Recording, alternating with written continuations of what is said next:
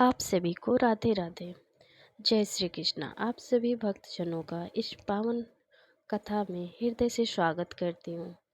आज हम सुनने जा रहे हैं श्री सत्यनारायण भगवान की दिव्य कथा, जो केवल एक कहानी नहीं बल्कि जीवन को सही दिशा देने वाली एक अमूल्य शिक्षा है। तो आइए अपने मन को शांत कीजिए, आंखें बंद करके भगवान को याद करें और अपनी सभी चिंताओं को उनके चरणों में समर्पित कर दें। विश्वास रखिए, सच्चे मन से सुनी गई यह कथा आपके जीवन में सुख, शांति, धन और समृद्धि लेकर आएगी। तो प्रेम से बोलिए श्री सत्यनारायण भगवान की जय। प्रथम अध्याय। बहुत समय पहले की बात है। देवर्षि नारद जी, जो हमेशा भगवान का नाम लेते हुए लोक कल्याण के लिए घूमते रहते हैं, एक दिन पृथ्वी लोक पर आए। उन्होंने चारों ओर नजर डाली तो देखा कि तरह तरह के दुखों से लोग घिरे हुए थे। कहीं कोई व्यक्ति गरीबी से परेशान था, तो कहीं कोई बीमारी से, कोई अपने परिवार के झगड़ों से दुखी था, तो कोई संतान के अभाव से रो रहा था। कुछ लोग धनवान होने के बावजूद भी मानसिक शांति नहीं पा रहे थे। नारद जी ये सब देखकर बहुत चिंतित हो गए। उनके मन में करुणा उमड़ पड़ी। उन्होंने सोचा, इन लोग के दुखों को दूर करने के लिए कोई तो सरल उपाय होना चाहिए जो हर कोई कर सके। ये सोचकर वे सीधे वैकुंठ धाम चले गए, जहाँ भगवान विष्णु विराजमान थे। उन्होंने भगवान को प्रणाम किया और विनम्रता से बोले, हे प्रभु, पृथ्वी के लोग बहुत दुखी हैं। कृपया कोई आसान उपाय बताइए जिससे उनके सभी कष्ट दूर हो जाएं और वे सुख शांति से जीवन जी सके। भगवान विष्णु ने मुस्कुराते हुए बोला, देवर्षि नारद, तुमने बहुत अच्छा प्रश्न किया है। मैं तुम्हें एक सरल और प्रभावी उपाय बताता हूँ। यदि कोई व्यक्ति श्रद्धा, भक्ति और सच्चे मन से सत्यनारायण व्रत कथा करता है और कथा सुनता या सुनाता है, तो उसके सभी दुख दूर हो जाते हैं। नारद जी ने फिर पूछा, हे प्रभु, इस व्रत को कैसे किया जाता है और इसका क्या फल मिलता है? भगवान ने विस्तार में व्रत की विधि और उसका महत्व बताया। उन्होंने कहा, यह व्रत कोई भी व्यक्ति कर सकता है, गरीब या अमीर, स्त्री या पुरुष। इसमें सच्ची भावना सबसे जरूरी है। नारद जी ये सुनकर बहुत प्रसन्न हुए और पृथ्वी पर लौटकर लोगों को इस व्रत के बारे में बताने लगे। इसी के साथ पहला अध्याय समाप्त होता है। बोलिए श्री सत्यनारायण भगवान की जय। काशी नगरी में एक बहुत ही गरीब ब्राह्मण रहता था। वह इतना गरीब था कि कभी कभी उसे पूरे दिन में एक समय का भोजन भी नहीं मिल पाता था। वह रोज घर घर जाकर भिक्षा मांगता था, लेकिन कई बार उसे खाली हाथ लौटना पड़ता था। उसका जीवन बहुत ही कठिन था, लेकिन वह भगवान पर विश्वास नहीं छोड़ता था। एक दिन जब वह बहुत थका हुआ और दुखी होकर एक स्थान पर बैठा था, तभी एक वृद्ध ब्राह्मण उसके पास आया। वह स्वयं भगवान विष्णु थे। वृद्ध ने कहा, तुम इतने दुखी क्यों हो? ब्राह्मण ने दुखी दुखी होने की पूरी कहानी सुनाई। आंखों में आंसू आ गए। तब वृद्ध ने कहा, तुम सत्यनारायण भगवान का व्रत करो, इससे तुम्हारे सभी दुख दूर हो जाएंगे। ब्राह्मण ने आशा से पूछा, क्या मैं यह व्रत कर सकता हूँ? मेरे पास तो कुछ भी नहीं है।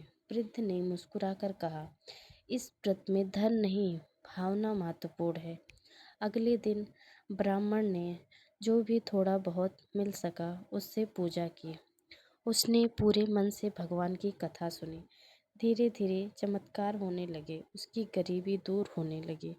उसे काम मिलने लगा। उसका जीवन सुधर गया। वह पहले से बहुत खुश और संतुष्ट रहने लगा। इस तरीके से दूसरा अध्याय समाप्त होता है। बोलिए श्री सत्यनारायण भगवान की जय। एक दिन की बात है, जब वह गरीब ब्राह्मण अपने घर में बैठकर भगवान का स्मरण कर रहा था, तब एक साधारण सा लकड़हारा वहां आया। उसके कंधे पर लकड़ियों का गट्ठर था। वह बहुत थका हुआ लग रहा था। उसने ब्राह्मण से पानी मांगा। ब्राह्मण ने उसे पानी पिलाया। लकड़हारे ने देखा कि ब्राह्मण के घर में अब पहले जैसी गरीबी नहीं है। घर में संतोष और शांति का माहौल था। उसने आश्चर्य से पूछा, महाराज, कुछ समय पहले तक आपकी हालत बहुत खराब थी, लेकिन अब आप काफ़ी खुश और संतुष्ट लग रहे हैं। ऐसा क्या हुआ? ब्राह्मण ने मुस्कुराकर कहा, यह सब सत्यनारायण भगवान के व्रत का फल है।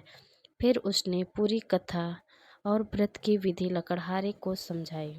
लकड़हारा ध्यान से सब सुनता रहा। उसके मन में आशा की किरण जाग उठी। उसने सोचा, अगर इस व्रत से इनका जीवन बदल सकता है तो मेरा भी बदल सकता है। उसने मन ही मन निश्चय किया कि वह भी आज ही व्रत करेगा। उस दिन वह जंगल गया और उसने पहले से ज़्यादा मेहनत की। उसने खूब लकड़ियाँ काटी और बाजार में अच्छे दामों में बेची। उसे उम्मीद से ज़्यादा पैसे मिले। उसने तुरंत पूजा की सामग्री खरीदी, फल फूल, गुड़, गेहूँ का आटा, दूध आदि।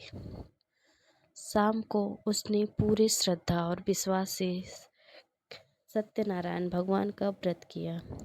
कथा सुनी और भगवान से प्रार्थना की, हे प्रभु, मैं गरीब हूँ लेकिन मेरे मन में सच्ची भक्ति है। कृपा मेरे जीवन के दुख दूर करें। धीरे धीरे उसके जीवन में बदलाव आने लगा। उसकी कमाई बढ़ने लगी, घर में खुशहाली आने लगी, परिवार में शांति बनी रहने लगी। लकड़हारा अब रोज भगवान का धन्यवाद करता था और समय समय पर व्रत और कथा भी करता था। इस तरीके से तृतीय अध्याय समाप्त होता है। बोलिए श्री सत्यनारायण भगवान की जय। एक बड़े नगर में एक बहुत ही धनी व्यापारी रहता था। उसके पास धन संपत्ति, नौकर चाकर सब कुछ था, लेकिन एक दुख था, उसकी कोई संतान नहीं थी। वह और उसकी पत्नी अक्सर उदास रहते थे। उन्होंने कई उपाय किए लेकिन कोई फल नहीं मिला। एक दिन व्यापारी ने मंदिर में जाकर भगवान से प्रार्थना की, हे प्रभु, अगर मुझे संतान का सुख मिल जाए तो मैं सत्यनारायण व्रत और कथा अवश्य करूँगा। भगवान ने उसकी प्रार्थना सुन ली। कुछ समय बाद उसके घर में एक सुंदर कन्या का जन्म हुआ। पूरे घर में खुशियों की लहर दौड़ गई। उस कन्या का नाम कलावती रखा गया, लेकिन धीरे धीरे व्यापारी अपने वचन को भूल गया। वह व्यापार और धन कमाने में इतना व्यस्त हो गया कि उसने भगवान से किया हुआ वादा भी याद नहीं रहा। समय बीतता गया, कलावती बड़ी होती गई। जब कलावती विवाह योग्य हो गई तो व्यापारी ने उसका विवाह एक अच्छे और योग्य युवक से कर दिया। शादी बहुत धूमधाम से हुई। कुछ समय बाद व्यापारी अपने दामाद के साथ व्यापार के लिए दूसरे नगर गया। वहां अचानक राजा के खजाने में चोरी हो गई।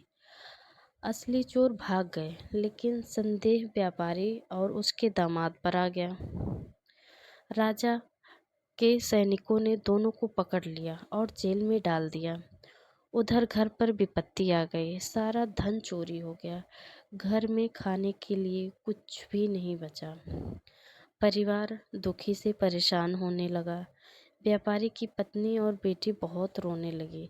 एक दिन उन्होंने किसी को सत्यनारायण व्रत करते देखा। तभी उन्हें व्यापारी को पुराना वचन याद आया। उन्होंने तुरंत भगवान से क्षमा मांगी और व्रत किया। उन्होंने सच्चे मन से प्रार्थना की, हे प्रभु, हमारी गलती माफ़ करें और हमारे परिवार की रक्षा करें। भगवान उनकी भक्ति से प्रसन्न हुए।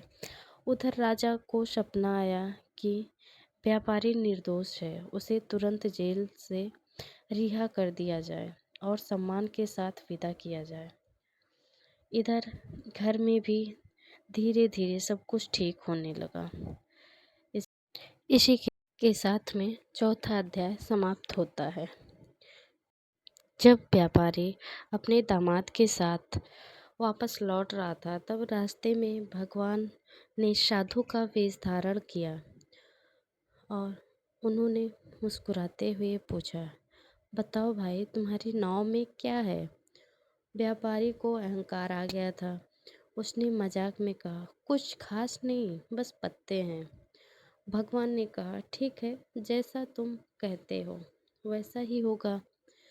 थोड़ी देर बाद जब व्यापारी ने अपनी नाव देखी तो उसका सारा सामान पत्तों में बदल चुका था। यह देखकर वो बहुत घबरा गया।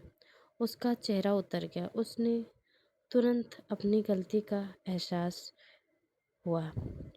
मैंने भगवान से झूठ बोला और मजाक किया। वह रोते हुए भगवान से प्रार्थना करने लगा, हे प्रभु, मुझे क्षमा करें, मुझसे बहुत बड़ी गलती हो गई। भगवान ने उसकी सच्ची पश्चाताप देखकर उसे माफ़ कर दिया और उसका सारा सामान वापस कर दिया। जब व्यापारी घर पहुंचा तो पूरे परिवार में खुशी की लहर दौड़ गई। उन्होंने तुरंत भगवान की पूजा का आयोजन किया।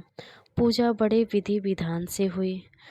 कथा सुनाई गई और प्रसाद तैयार किया गया। सबने श्रद्धा से प्रसाद ग्रहण किया, लेकिन कलावती अपने पति को देखने के लिए इतनी उत्साहित थी कि वह बिना प्रसाद लिए ही जल्दी जल्दी वहाँ से चली गई। ये भगवान के प्रसाद का अनादर था। कुछ ही समय बाद उसका पति रास्ते में गायब हो गया। कलावती बहुत घबरा गई। वह रोने लगी। उसे अपनी गलती समझ में आ गई थी। उसने भगवान से प्रार्थना की, हे प्रभु, मुझसे बहुत बड़ी गलती हो गई है, कृपया करके मुझे क्षमा कीजिए। उसने फिर से व्रत किया और पूरी श्रद्धा से पूजा की। भगवान प्रसन्न हुए और उसका पति सुरक्षित वापस मिल गया। इसी के साथ में ये अध्याय भी समाप्त होता है। बोलिए श्री सत्यनारायण भगवान की जय। एक बार एक राजा शिकार के लिए जंगल गया। वहाँ उसने कुछ लोगों को सत्यनारायण भगवान का व्रत करते हुए देखा। वह उनके पास गया और पूछा, तुम लोग क्या कर रहे हो? उन्होंने बताया, हम सत्यनारायण भगवान का व्रत कर रहे हैं, जिससे सभी दुख दूर होते हैं। राजा ने कथा सुन ली, लेकिन उसे गंभीरता से नहीं लिया। जब प्रसाद दिया गया तो उसने उसे लेने से मना कर दिया और चला गया। कुछ समय बाद उसके जीवन में समस्याएं शुरू हो गई। राज्य में अशांति फैल गई, धन की कमी हो गई। राजा दुखी रहने लगा। आखिर में उसे अपनी गलती समझ आई। उसने भगवान से माफ़ी मांगी और व्रत किया। भगवान की कृपा से उसका राज्य फिर से सुखी और समृद्ध हो गया। इसी के साथ में पूरी कथा संपन्न होती है। तो बोलिए श्री सत्यनारायण भगवान की जय। हे प्रभु, कथा सुनने और सुनाने में अगर कोई गलती हुई होगी तो क्षमा करना। और आपको अगर हमारा ये वीडियो पसंद आया हो तो लाइक, शेयर एंड सब्सक्राइब भी कीजिएगा और बेल आइकन भी प्रेस कर दीजिएगा, ताकि हमारे हर वीडियो का नोटिफिकेशन आप तक ज़रूर पहुँचे। धन्यवाद।